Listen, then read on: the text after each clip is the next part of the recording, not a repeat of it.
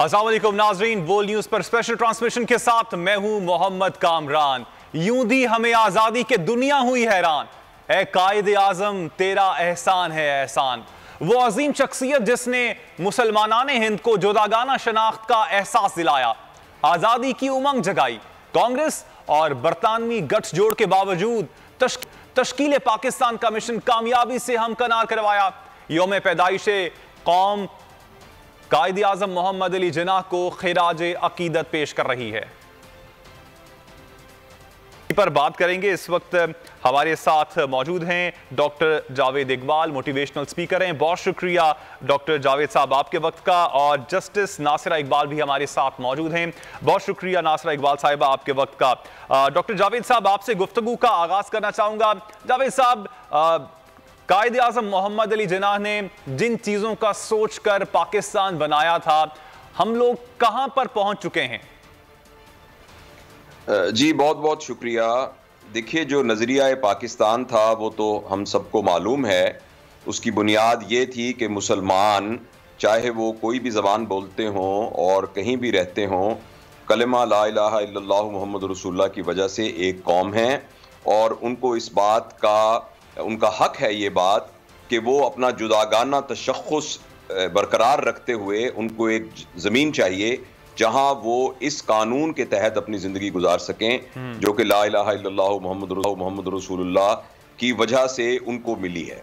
तो ये तो बुनियादी नज़रिया था जिसकी बुनियाद के ऊपर लोग उठ के खड़े हो गए। पाकिस्तान का मतलब क्या, ला इलाहा इल्लल्लाह का नारा इतना ज़्यादा पावरफुल था कि उसकी बुनियाद पर फिर पाकिस्तान, उसकी एक वजह बनी, पाकिस्तान मार्ज़े वजूद में आ गया। लेकिन मैं ये अर्ज़ करना चाहता हूँ कि ये जितने नज़रियात होते हैं, ये हवा में मुअल्लक तो कोई चीज़ नहीं होते। इन नज़रियात को अमली शक्ल इंसानों की ज़िंदगी में और उनके अफ़आल और उनके काम में और उनके कंडक्ट में होना पड़ता है। अगर वो इंसान, यानी एक जमात के अंदर, एक ग्रुप के अंदर, ग्रुप ऑफ पीपल के अंदर वो नज़रियात अमली तौर पर मौजूद होंगे तो वो नज़रिया पनपेगा। पाकिस्तान के बारे में अगर हम गौर करें तो मैं उस नस्ल से ताल्लुक़ रखता हूँ कि जो पाकिस्तान बनने से 14 साल बाद मैं पैदा हुआ था। लेकिन मैं उन लोगों से, मेरे वालिद, मेरे दादा, ये सब लोग मौजूद थे जो एक एक वाक़े के खुद गवाह थे। और वो जो वाक़यात बताया करते थे, उन वाक़यात की बुनियाद के ऊपर मैं तो परवान ही चढ़ा हूँ। मेरी लोरियाँ ये थी कि यूं दी हमें आज़ादी के दुनिया हुई हैरान, ये मेरे लिए लोरी थी। लेकिन जैसे जैसे वक्त गुजरता गया, इस नज़रिए की अमली मिसाल हमारे वो तमाम लोग जो कि मैटर करते थे, उनके अंदर आहिस्ता आहिस्ता ये जाता रहा और इसका वो इजहार सही तरीके से नहीं कर सके, जिसके नतीजे में आहिस्ता आहिस्ता जो आने वाली नस्ल है वो इस नज़रिए की असल रूह से दूर हो गई।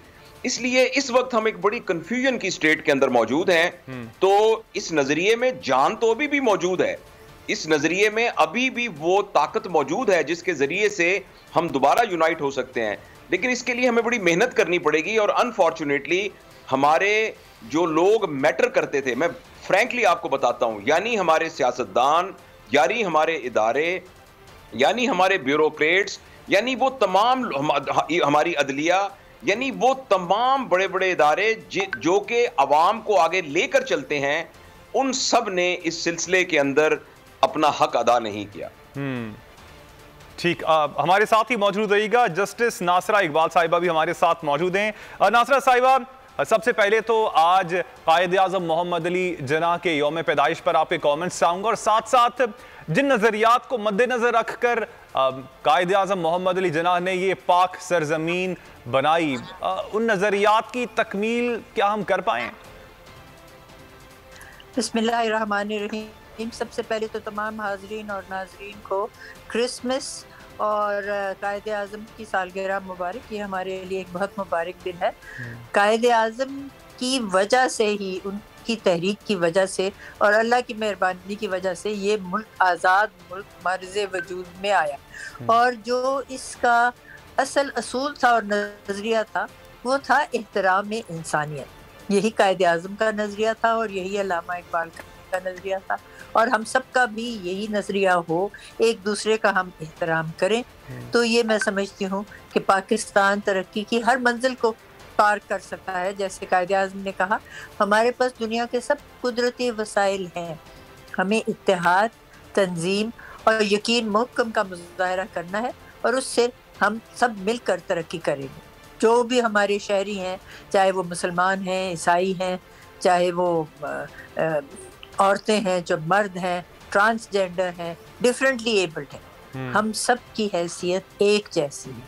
और यही हम अगर सीख लें जो कायदे-ए-आज़म का पैगाम था, तो फिर हमारी कौम जो है वो तरक्की की मनाजिल बहुत जल्दी पार कर सकती है। इंशाल्लाह, आमीन। जावेद साहब, अब सवाल जो आम तौर पे उठता भी है और लोग उठाते भी रहते हैं कि जो मौजूदा पाकिस्तान है और जो कायद का पाकिस्तान है, उसमें आपसे भी जानना चाहूंगा कि आपको क्या फर्क नजर आता है, और अगर फर्क है तो इसकी वजूहात क्या हैं?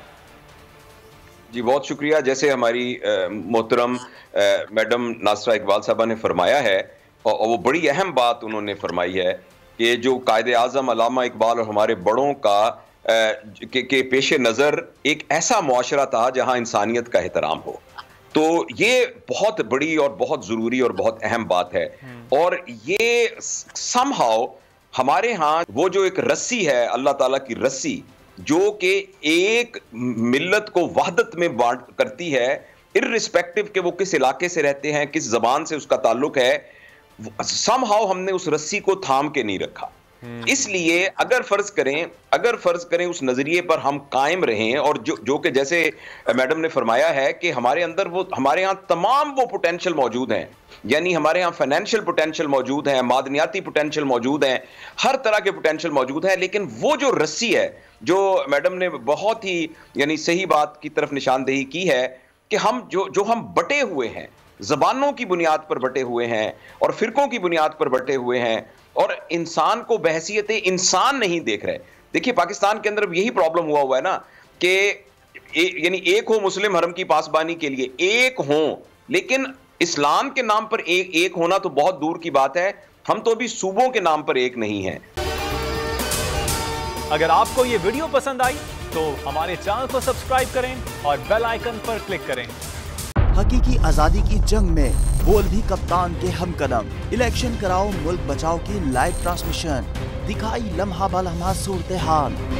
रील और रेटिंग में भी बोल न्यूज रहा नंबर 1। सब्सक्राइब करें और बेल दबाएं ताकि कोई खबर रह न जाए।